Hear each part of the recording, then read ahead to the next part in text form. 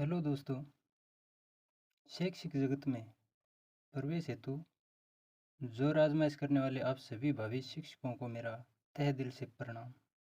दोस्तों, जिस प्रकार मात्र मानव जन्म लेने से हर कोई इंसान नहीं बन जाता है, बल्कि इंसान बनने के लिए उसे अपने समय, समाज, देश और दुनिया इन सब के लिए बने नियमों के प्रति कर्तव्य पालन करना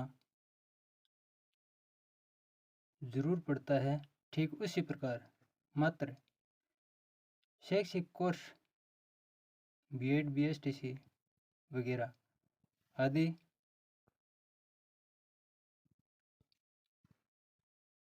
पूर्ण कर लेने से कोई शिक्षक नहीं बन जाता है, बल्कि उसे शिक्षण के लिए बने नियमों के प्रति कदम दर कदम पूर्ण लगन व मेहनत से जीवन भर कर्तव्य पालन करना ही पड़ता है।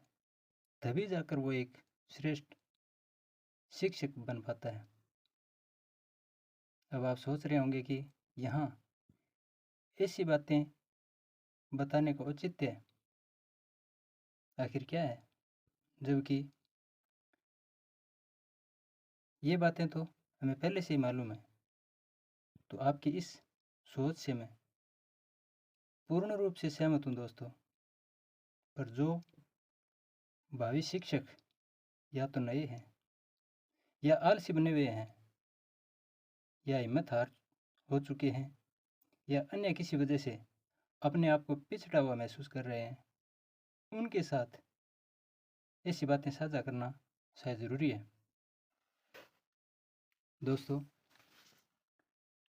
कोई सेकंड ग्रेड, कोई फर्स्ट ग्रेड, कोई सेकंड ग्रेड तो कोई फर्स्ट ग्रेड, तो कोई गाए कॉलेज लेक्चरर के गीत, पर जो खुशी, जो गम, जो तख्ता पलट करे, वो है शक्ति रीठ। हाँ दोस्तों, जो खुशी अर्थात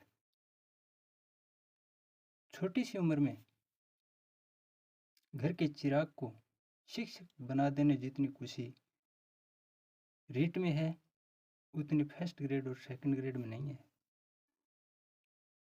पहले ये रीट के आधार पर शिक्षक लगते थे, हालांकि ये पात्रता क्लियर करने के बाद थर्ड ग्रेड में शिक्षक बनते हैं। जो गम अर्थात पिछली रीट भर्ती रद्द होने पर जितनी गुमनाम आत्महत्याएं हुई थी, उतनी शायद अन्य किसी भर्ती में नहीं हुई हैं। और जो तख्ता पलट अर्थात 2014 में राजस्थान में सरकार का तख्ता पलट करने का भी मुख्य कारण रीट ही था। इसलिए रीट एक महान है दोस्तों। और ये सब होने का मुख्य कारण कुछ और नहीं, बल्कि इसे एक राजनीतिक मंच प्रदान करना व प्रयोगशाला बना देना रहा है। लेकिन अब घबराने वाली कोई बात नहीं है दोस्तों, क्योंकि अब ऐसा कुछ नहीं होने वाला है जिससे विद्यार्थी का कोई नुकसान हो। अब सब कुछ स्पष्ट है, और अब यह मात्र एक पात्रता है, इससे ज़्यादा कुछ नहीं। और इसमें भी कई भाई व बहनों की पात्रता तो पहले से ही क्लियर है। हाँ, ये अवश्य है कि वे इस पात्रता के माध्यम से अपने अंकों में सुधार कर सकते हैं। बाकी तो 2022 वाली पात्रता आजीवन है, अतः चिंता की कोई बात नहीं है। दोस्तों, शिक्षण जगत में अपवाद स्वरूप 2 से 4% को छोड़कर बाकी सबको आरटेट या REET, CTET, STET, UPTET, MPTET वगैरह वगैरह उत्तीर्ण करने हेतु भागदौड़ करनी ही पड़ती है। और इस कड़ी में आज के दिन हम सब शामिल हैं। तो दोस्तों, रीट को कोई डरावना हऊ न समझकर भागना नहीं है। यह मात्र एक पात्रता है अतः बेझिझक होकर मैदान में डटे रहना है। रही बात इसके सिलेबस की, तो मेरा शायद यही मकसद था कि आप लोग कहीं भारी भरकम पुस्तकें खरीद कर उनके बोझ तले इस प्रकार नहीं दब जाएं कि पात्रता क्लियर होना भी मुश्किल हो जाए। दोस्तों, आप सब ज्ञानी हैं, परंतु मैं भी थोड़ा सा सहयोग कर दूं, ये सोचकर मैं इस मैदान में आया हूं। और दोस्तों, अगर समय का, ईश्वर का और आप सबका साथ रहा तो मैं गारंटी के साथ कह रहा हूं कि 150 में से 120 से 30 नंबर का मैटर मैं आपको चुटकियों में सिर्फ समझाना ही नहीं बल्कि याद भी करवा दूंगा, और वो भी मात्र इन बचे हुए शेष 45 दिनों में। लेकिन इसके लिए आपको मेरे साथ अंत तक जुड़े रहना होगा। भावी शिक्षकों, अवलोकन के बाद मेरे को रीट में सबसे ज़्यादा तंग करने वाला विषय सामाजिक अध्ययन का 60 अंक वाला मैटर लगा है, तो मेरा प्राथमिक उद्देश्य सबसे पहले इसी डरावने हऊ को मिटाना है। हाँ, मैथ साइंस वाले मेरी बात को बुरा मत मानना प्लीज़, क्योंकि मैथ साइंस वाला पार्ट सामाजिक अध्ययन जितना विशाल मेरे को तो नहीं लगता है। खैर, समय रहा तो आपके मैथ साइंस के लिए भी कोशिश करूँगा, लेकिन गारंटी नहीं है। परंतु इतना निराश होने की भी आवश्यकता नहीं है, क्योंकि लगभग 60 नंबर का मनोविज्ञान और शिक्षण विधियों वाला मैटर तो मैं आपको एसएसटी वालों के साथ करवा ही दूंगा। दोस्तों, एसएसटी में कुल 12 इकाई हैं, जिनमें से पहले तो प्रत्येक इकाई से 5 प्रश्न आना अनिवार्य था, लेकिन वर्तमान में राजस्थान अध्ययन को ज़्यादा वेटेज देने के कारण हर इकाई से 5 प्रश्न आना कोई जरूरी नहीं है। आपका कीमती समय लेने के लिए क्षमा चाहता हूँ दोस्तों, पर एसएसटी के लिए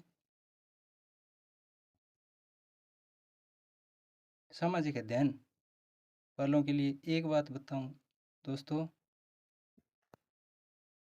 इस रीट के शिक्षण हेतु मेरे लिए तो आज से 100 बात की एक बात, 100 बात की एक बात, एसएसटी को पकड़ा अन्य को मारी लात। हाँ दोस्तों, रीट लेवल 2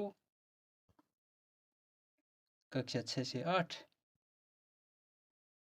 सामाजिक अध्ययन एवं शिक्षण विधियां, कुल प्रश्न 60, कुल अंक 60, कुल इकाई 12,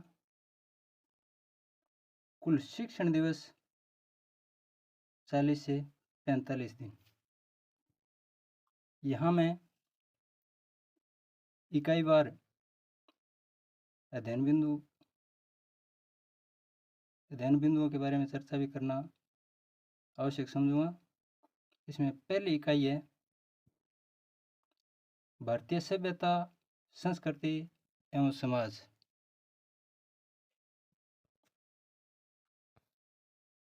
दूसरी इकाई है मौर्य तथा गुप्त साम्राज्य एवं गुप्तोत्तर काल। तीसरी इकाई है मध्यकाल एवं आधुनिक काल। ये तीनों इकाइयाँ भारतीय इतिहास से संबंधित हैं। चौथी और पांचवी इकाई भारतीय राजनीति के बारे में है। भारतीय संविधान एवं लोकतंत्र चौथी इकाई। पांचवी इकाई है सरकार गठन एवं कार्य। छठी और सातवीं इकाई भूगोल से संबंधित है।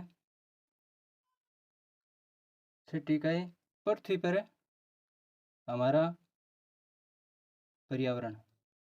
इकाई 7 भारत का भूगोल एवं संसाधन। इकाई 8, 9, 10 ये राजस्थान से संबंधित है, राजस्थान अध्ययन से संबंधित है। इकाई 8 है राजस्थान का भूगोल एवं संसाधन। इकाई 9 है राजस्थान का इतिहास।